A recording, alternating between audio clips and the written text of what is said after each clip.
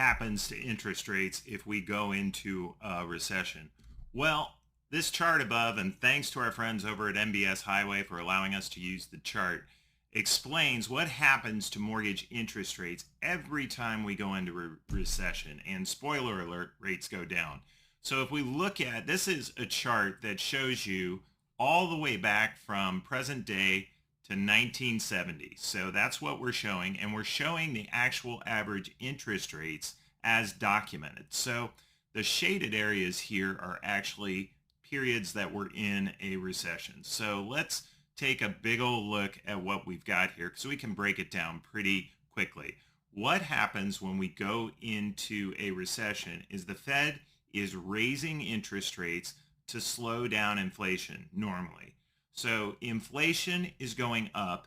The Fed is raising interest rates as it was here in 1980. The interest rate spikes, but then it falls. Okay, and so same thing in 1982. It spiked to 18% in 1982 and then fell to 13%. So that's pretty significant, right? In 1991, you saw interest rates go from 11% to 8.75% after the recession. Again, we followed suit in 2002, 7.375% to 6.75%. So yeah, our rates are higher right now, but historically, we're keeping well within line of that 30-year fix. Then in 2008, we went from 6% to 4.875. And then at the pandemic was actually one of our shortest recessions to date, and we had a 3.75 rate go to 2.75. So that's the history. So the real question now is, are we in a recession? Well, we've had 2 years or 2 quarters of negative gross domestic product, and we also had an inverted yield curve. Without going into both of those right now, those are 2 sure signs that we're in a recession.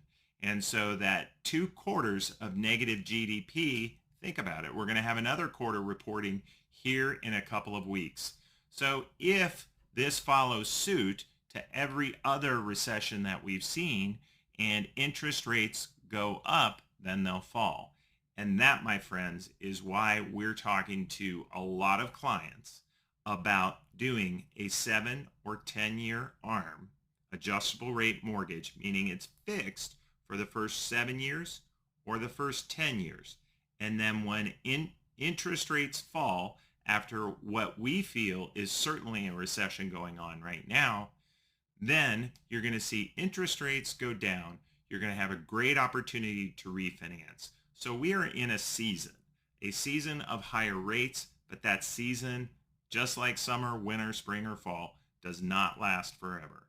And once we see that we're in a recession, the Federal Reserve is likely to take measures to force down interest rates. Thanks for your time. If you have questions on this, it's pretty deep stuff. Give us a call.